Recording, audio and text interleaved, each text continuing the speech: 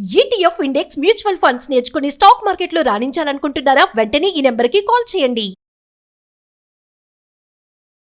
రమ్మగారు, అబద్ధం చెప్పకూడదు, నిజమే మాట్లాడాలి, మనం కూడా అలానే ఉండాలని మనం అనుకుంటూ ఉంటాం, స్టోరీలో చెప్పుకుంటున్నాం, బట్ ఫాలో అవుతూ ఉంటాం కూడా. ఎవరైనా అబద్ధం చెప్తే తెగ ఫీల్ అయిపోతాం.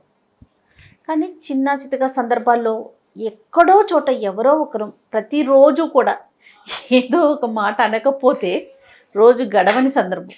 అబద్ధం చెప్పకుండా ఒక్క రోజు కూడా గడవదు. ఏంటి రమ్మగారు, అసలు క్లారిటీ ఇవ్వండి. చెప్పకూడదు, అబద్ధం చెప్పచ్చు, అబద్ధం చెప్పకూడదు, రెండు మనమే చెప్తున్నాం. మనం ఇంకా వేరే దారి లేనప్పుడు ఏం చేస్తాం జయ? ఇదివరకట్లాగా ఎవరి పనులు వాళ్ళు చేసుకునే రోజులు కావు. అవును, ఎవరి ఇళ్లలో వాళ్ళు ఉండే రోజులు కూడా కావు. మనం పోయి రోడ్డు మీదే ఉంటున్నాం. బాగా చెప్పారు. మొత్తం ఇళ్లలో ఉన్న గుంపంతా పిల్లలు స్కూళ్ళల్లో ఉంటారు, పెద్దల ఆఫీసుల్లో ఉంటారు. ఇప్పుడు నలుగురితో కలిసి పోయేటప్పుడు 1,00,000 మాటలు వస్తాయి. అబద్ధాలు చెప్పాల్సే వస్తుంది. ఎంతో కొంత అబద్ధం చెప్పకుండా మన రోజు గడవదు. ప్రతిసారి కామ్గా ఉండి తలకాయ ఊపి గోడ మీద పిల్లివాటంగా చేయలేకపోతాం. ఎంతో కొంత అబద్ధాలు ఆడాల్సే వస్తుంది. జనరల్గా అబద్ధం ఆడకూడదు. మనం పిల్లలకి చెప్తాం అబద్ధం ఆడకూడదు, అబద్ధం ఆడకూడదు, సత్యమునే పలకవలెను, అదొక రెగ్యులర్ డైలాగ్ ఉంటుంది. నిజమే, నిజాలు చెప్పాలి, నిజమే చెప్తూ ఉండాలి. అబద్ధం చెప్తే ఒక్కొక్కసారి చాలా పెద్ద పెద్ద సమస్యలు వచ్చేస్తాయి. అబద్ధాలు చెప్పకూడదు, అబద్ధం చెప్పకూడదు, నిజం చెప్పాలి అని కథలు కుప్పలు తెప్పలుగా మన దగ్గర ఎన్నున్నాయో. సత్యమేవ జయితే అంటాం. ప్రతిసారి సత్యం జయించట్లేదు అనే విషయం మనం ప్రాక్టికల్గా తెలుసుకుంటూనే ఉంటాం. సత్యం జయించట్లేదు, సత్యం జయించడం చాలా కష్టం, ఎక్కువ టైం తీసుకుంటుంది. ఆ లోపల జనానికి ఓపిక ఉండదు, మనం ఆగలేకపోతాం. అది జయించేదాకా మనం వెయిట్ చేస్తూ కూర్చోవాల్సి వస్తుంది. ఈ గోల ఎందుకు? కాలం పరిగెడుతుంది కదా, మనం పరిగెత్తాల్సి వస్తుంది. మనం పరిగెత్తాలి కాబట్టి ఈ వెయిటింగ్ గోల ఎందుకని అబద్ధం చెప్తే సరిపోతుంది కదా, సింపుల్గా పోతుంది. ఒక నిజం 100 అబద్ధాలు, ఈక్వేషన్ అలా ఉందన్నమాట. ఈ ఒక్క నిజం చెప్పబద్దు 100 అబద్ధాలు చెప్పి ఇక్కడి నుంచి తప్పించుకోవాలి అంతే. నిజం చెప్తే తప్పించుకునే రోజు కాదు ఇది. నిజాయితీకి విలువలు లేవు, దానికి ఒక మర్యాద లేదు.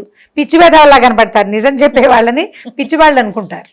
ప్రపంచం అట్లా తయారైంది. ఇప్పుడు సమాజం అంటే నువ్వు నేనే కాదు, మనలాంటి ఎన్నో వేల కుటుంబాలు, వేల వ్యక్తులు కలిసే సమాజం. ఇప్పుడు సత్యమేవ జయతే అనేది సమాజం మొత్తానికి ఒక నీతి వాక్యం.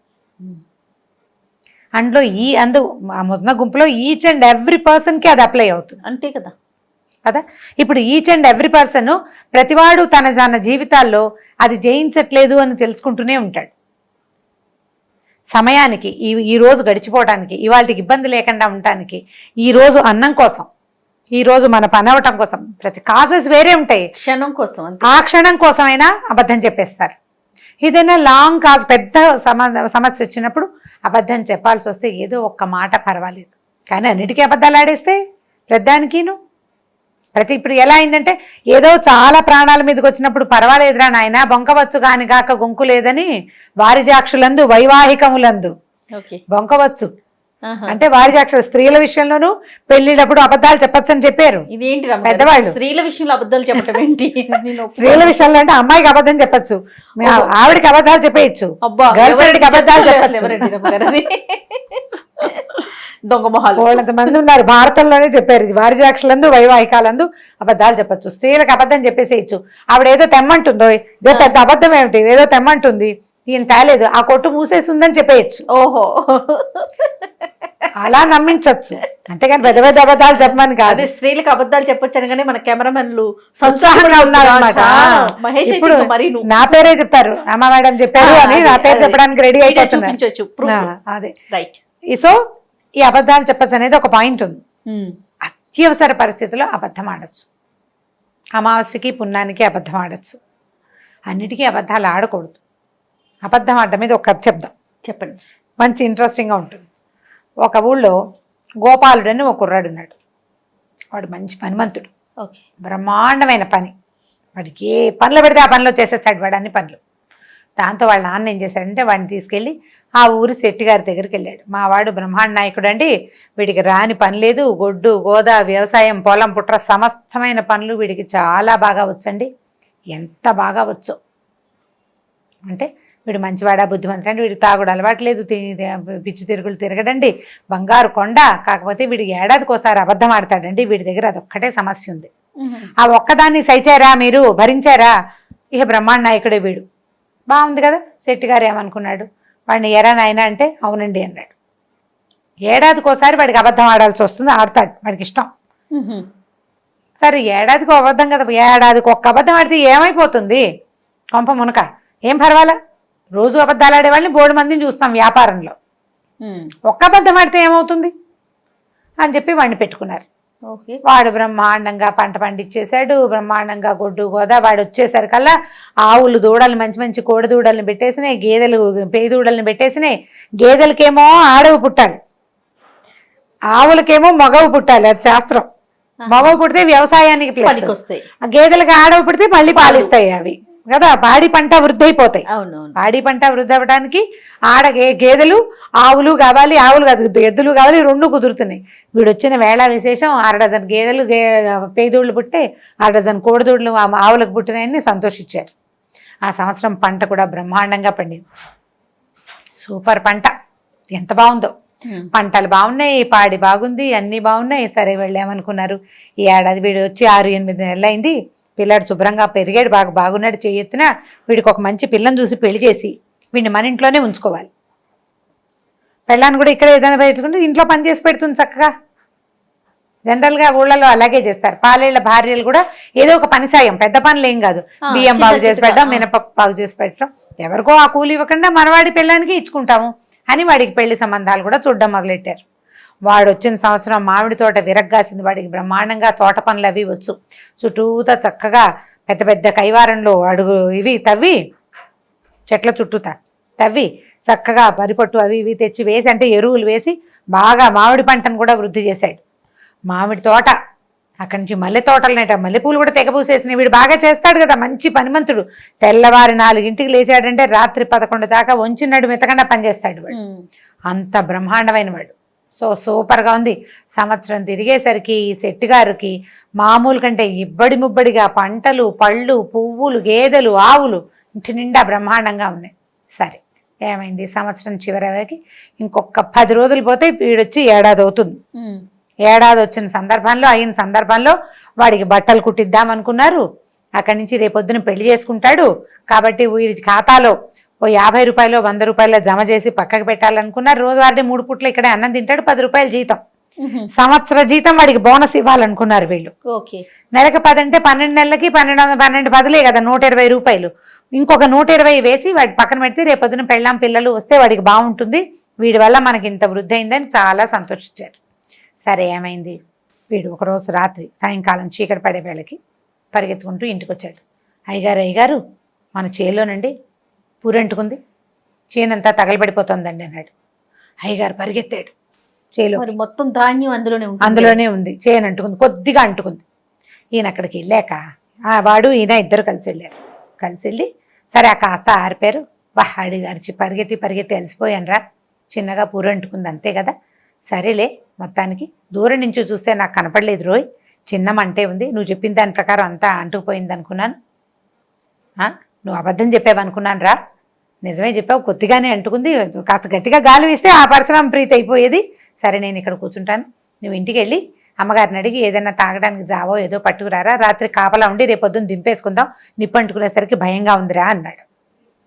అయ్యగారు ఇక్కడ కూర్చోండి అని కూర్చోబెట్టాడు. అయ్యగారు కూర్చున్నారు. వీడి ఇంటికి వెళ్ళాడు. ఇంటికి వెళ్ళి పరిగెత్తుకుంటూ వచ్చాడు. వచ్చి అయ్యగారు ఇంకేముందండి, మన కొంప కొల్లేరైపోయింది, ఇల్లు గోడ పడిపోయి అమ్మగారు పిల్లలు దాని కింద పడిపోయారండి అన్నాడు.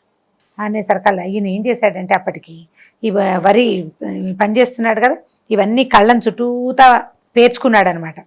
దాంట్లోంచి గబగబా దిగి రాలేకపోయాడు, దడొచ్చేసింది. ఒరే నువ్వు పరిగెత్తరా, రాళ్ళు అవి తీగి నేను వెనకాల నడిచొస్తాను, ఆ మాట వినేసరికి ఆ గడ్డి మధ్యలో ఉన్న వాళ్ళు అంటే సులువుగా గబగబా బయటికి రాలేదు, కాళ్ళు తప్పట అడుగులు పడతాయి. కొంచెం పెద్దవాడు ఆయన, 50 ఏళ్ళ వాడు, వీడేమో 20 ఏళ్ళ కుర్రాడు కదా, నువ్వు పరిగెత్తుకుంటూ వెళ్ళరా, ఇంటికెళ్ళి రాళ్ళు అవి తీ, చుట్టుపక్కల నలుగురిని పిలువు అని చెప్పాడు. వీడు పరిగెత్తుకుంటూ ఇంటికెళ్ళి అమ్మగారు ఇంకేముందండి, పురిదిమ్మ మొత్తం కూలిపోయింది, పూరే సంగతి కూలిపోయింది, అయ్యగారు దాని కింద పడి నలిగిపోయారండి అని చెప్పాడు.